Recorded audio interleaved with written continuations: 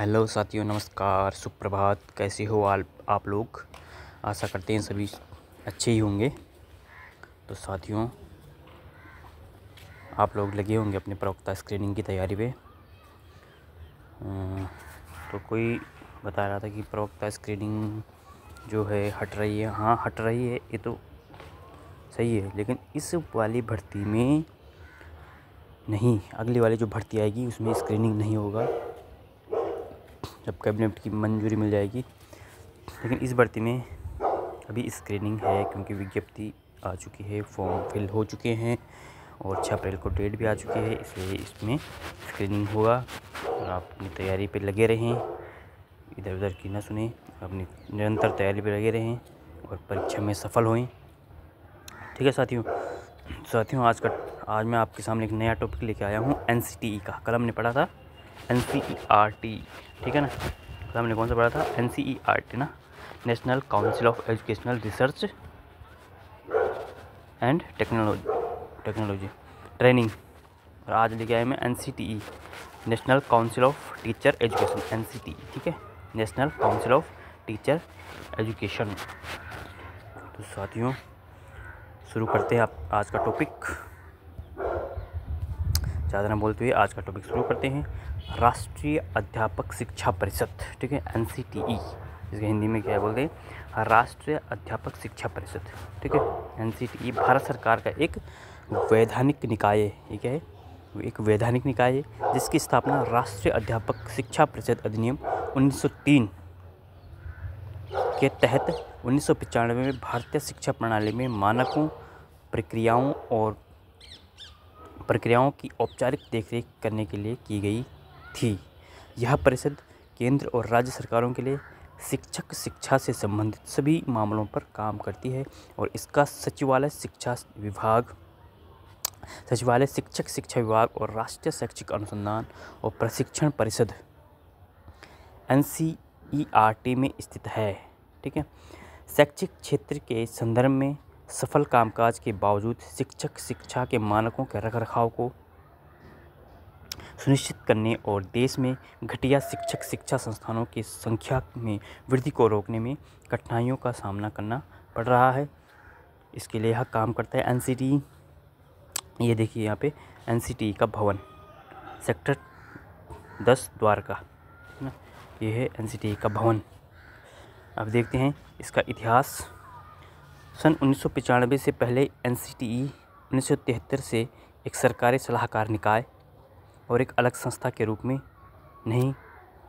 में अस्तित्व में था, जिसका उद्देश्य शिक्षक शिक्षा के विकास और प्रगति की देखभाल करना था।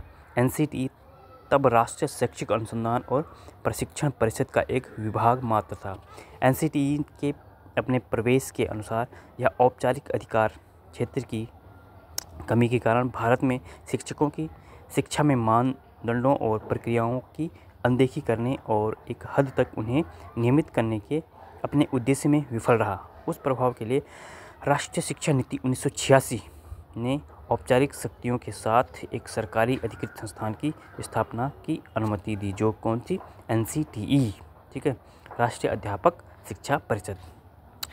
तो NCTE के उद्देश्य क्या है? पूरे देश में अध्यापक शिक्षा प्रणाली का योजनाबद्ध एवं समन्वित विकास करना। अगला है शिक्षक शिक्षा प्रणाली में मानदंडों और मानकों को विनियमित करना तथा उनका समुचित रखरखाव करना तथा उससे संबंधित मामलों का समाधान करना। अगला है इसका उद्देश्य व्यक्तियों को स्कूलों में पूर्व प्राथमिक, माध्यमिक और वरिष्ठ माध्यमिक स्तर, अनौपचारिक और अंशकालिक शिक्षा, वयस्क शिक्षा, पत्राचार और दूरस्थ शिक्षा पाठ्यक्रम पढ़ाने के लिए प्रशिक्षित करना है, ठीक है। क्या इसका मुख्य उद्देश्य? पूर्व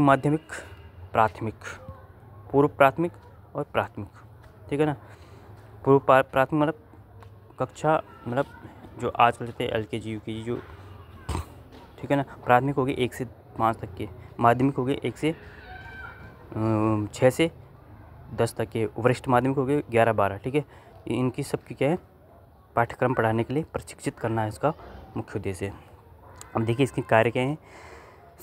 पहला है शिक्षक शिक्षा के सभी पहलुओं से संबंधित सर्वेक्षण और अध्ययन करना तथा उनके परिणाम प्रकाशित करना। अगला है शिक्षक शिक्षा के क्षेत्र में उपयुक्त योजनाओं और कार्यक्रमों की तैयारी के लिए यह राज्य और केंद्र सरकारों, विश्वविद्यालयों, विश्वविद्यालय अनुदान आयोग यूजीसी और अन्य मान्यता प्राप्त संस्थानों को सिफारिशें करता है। यह पूरे देश में शिक्षक शिक्षा प्रणाली का समन्वय और निगरानी करता है। यह स्कूलों और मान्यता प्राप्त संस्थानों में शिक्षक बनने के लिए किसी व्यक्ति के लिए आवश्यक न्यूनतम योग्यता के दिशा निर्देश निर्धारित करता है। अगला है यह मान्यता प्राप्त संस्थानों द्वारा अनुपालन के लिए भौतिक और अवसंरचनात्मक सुविधाओं, स्टाफिंग पैटर्न आदि के प्रावधान के लिए दिशा निर्देश निर्धारित करता है। अगला कार्य है यह परीक्षाओं के संबंध में मानक, ऐसे प्रवेश के लिए प्रमुख मानदंड तथा पाठ्यक्रम या प्रशिक्षण के लिए योजनाएं निर्धारित करता है। अगला है यह स्कूलों और मान्यता प्राप्त संस्थानों में अनुसंधान और नवाचार को बढ़ावा देता है और उसके परिणामों का प्रसार करता है। अगला है यह सुधार के लिए अपने स्वयं के निर्धारित दिशा निर्देशों, मानदंडों और मानकों की जांच करता है। अगला है यह शिक्षक शिक्षा प्रणाली के विकासात्मक कार्यक्रमों के लिए मान्यता प्राप्त संस्थाओं की पहचान करता है और नई संस्थाओं की स्थापना करता है। दूसरा देखिए यह शिक्षक शिक्षा के व्यावसायीकरण की रोकथाम के लिए आवश्यक कदम उठाता है। और अगला कार्य है यह केंद्र सरकार द्वारा सौंपे गए अन्य कार्य भी करता है। दूसरा हेडिंग देखिए मान्यता प्राप्त कार्य। मान्यता प्राप्त कार्य में क्या है, प्रारंभिक बाल्यावस्था शिक्षा कार्यक्रम में डिप्लोमा, जी प्री स्कूल शिक्षा में डिप्लोमा की ओर ले जाता है। प्रारंभिक शिक्षक शिक्षा कार्यक्रम जो प्रारंभिक शिक्षा में डिप्लोमा, DEIED की ओर ले जाता है। प्रारंभिक शिक्षा स्नातक कार्यक्रम जो प्रारंभिक शिक्षा स्नातक की डिग्री प्रदान करता है। शिक्षा स्नातक किसको बोलते हैं, बीएड को हिंदी में बोलते हैं शिक्षा स्नातक बीएड की डिग्री के लिए अग्रणी कार्यक्रम। मास्टर ऑफ एजुकेशन कार्यक्रम जो मास्टर ऑफ एजुकेशन एमएड की डिग्री प्रदान करता है।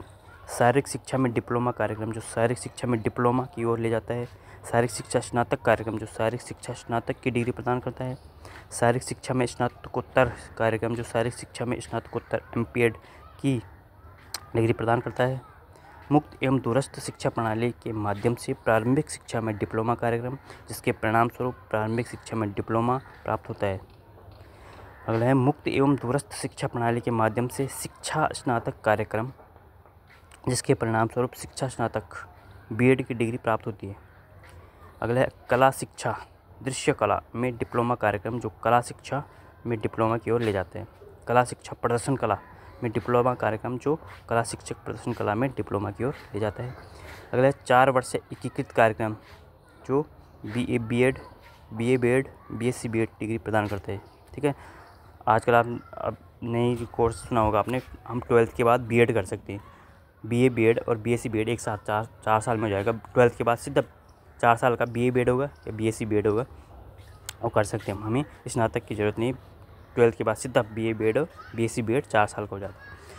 अगला है बैचलर ऑफ एजुकेशन प्रोग्राम 3 वर्ष का, ठीक है, जो बैचलर ऑफ एजुकेशन BEd की डिग्री प्रदान करता है। अगला है 3 वर्षीय एकीकृत कार्यक्रम जो BEd MEd एकीकृत डिग्री प्रदान करता है, 3 वर्षीय। ठीक है, और देखिए इसका विभाजन यह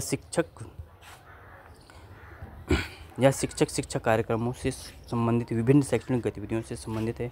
यह नेतृत्व प्रदान करता है और विभिन्न प्रकार के समन्वय करता है। इसके उद्देश्य हैं शिक्षक शिक्षा पर शैक्षणिक गतिविधियों का समन्वय करना, पाठ्यक्रम रूपरेखा और मॉडल पाठ्यक्रम विकसित करना, शिक्षक शिक्षा संस्थानों TI में शैक्षणिक गतिविधियों के संचालन के लिए दिशा निर्देश तैयार करना, शिक्षक शिक्षा के क्षेत्र में अनुसंधान करना, शिक्षक शिक्षा के क्षेत्र में संसाधन सहायता प्रदान करना और शिक्षक शिक्षा से संबंधित विभिन्न पहलुओं पर डेटाबेस विकसित करना।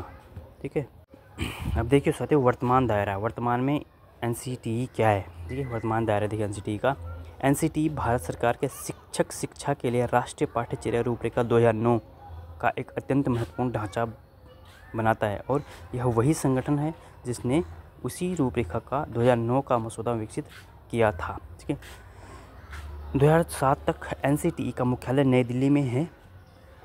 इसके अलावा कई अन्य शहरों में क्षेत्रीय प्रतिनिधित्व है। एनसीटीई की 4 आधिकारिक क्षेत्रीय समितियाँ हैं। 4 आधिकारिक क्षेत्रीय समिति कौन है? जयपुर, बेंगलोर, भुवनेश्वर और भोपाल से संचालित होती है जो क्रमशः जयपुर उत्तरी, बेंगलोर दक्षिणी, भुवनेश्वर पूर्वी और भोपाल पश्चिमी क्षेत्रों को संभालती है।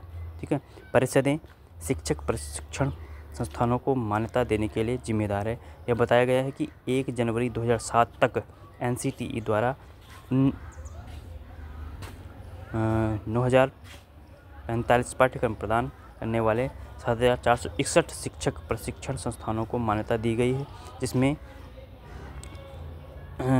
7,72,000 शिक्षक प्रशिक्षुओं की स्वीकृति संख्या है। एनसीटीई ने संशोधित विनियम 2014 को पूरा किया और मान्यता दी।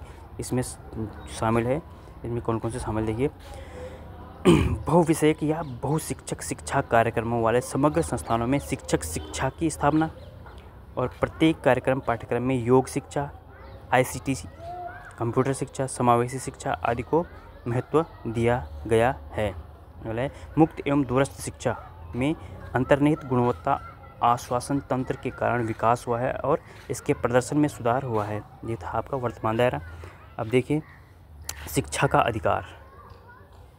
शिक्षा का अधिकार, शिक्षा मंत्रालय MoE स्कूल शिक्षा और साक्षरता विभाग ने अपने राजपत्र अधिसूचना के माध्यम से अधिनियम की धारा 7 की उपधारा 6 के एक खंड के तहत प्रारंभिक शिक्षा के लिए पाठ्यक्रम और मूल्यांकन प्रक्रिया निर्धारित करने और राष्ट्रीय पाठ्यक्रम की रूपरेखा विकसित करने के लिए राष्ट्रीय शैक्षिक अनुसंधान और प्रशिक्षण परिषद को अधिकृत किया है। किसको किया है? एनसीटीई को क्या है? अधिकृत किया है। तो साथियों ये था आज का टॉपिक एनसीटीई। ठीक है, ज़्यादा लंबे वीडियो नहीं लाता मैं आपके सामने है, तो इसकी मतलब बहुत जो टॉपिक जो हम पढ़ा रहे हैं इनके बारे में तो बहुत लंबे बहुत सारे हैं, लेकिन जो मेन है परीक्षा की दृष्टि से जो मेन है हमको वही पढ़ना है तो अथाह है। एनसीटीई के बारे में पढ़ो, एनसीईआरटी के बारे में पढ़े, कोठारी आयोग के बारे में पढ़े, राधाकृष्ण आयोग के बारे में पढ़े, माध्यमिक आयोग के बारे में पढ़े। इनके बारे में तो बहुत है, लेकिन क्या है हमें परीक्षा की दृष्टि से पढ़ना है और स्मार्टली पढ़ना है, जिससे हमें क्या परीक्षा में हम क्या उत्तीर्ण कर सकें हम परीक्षा को। ठीक है, तो साथियों आज के लिए इतना ही, कल दूसरी वीडियो के साथ मिलते हैं। आज के लिए इतना ही, धन्यवाद।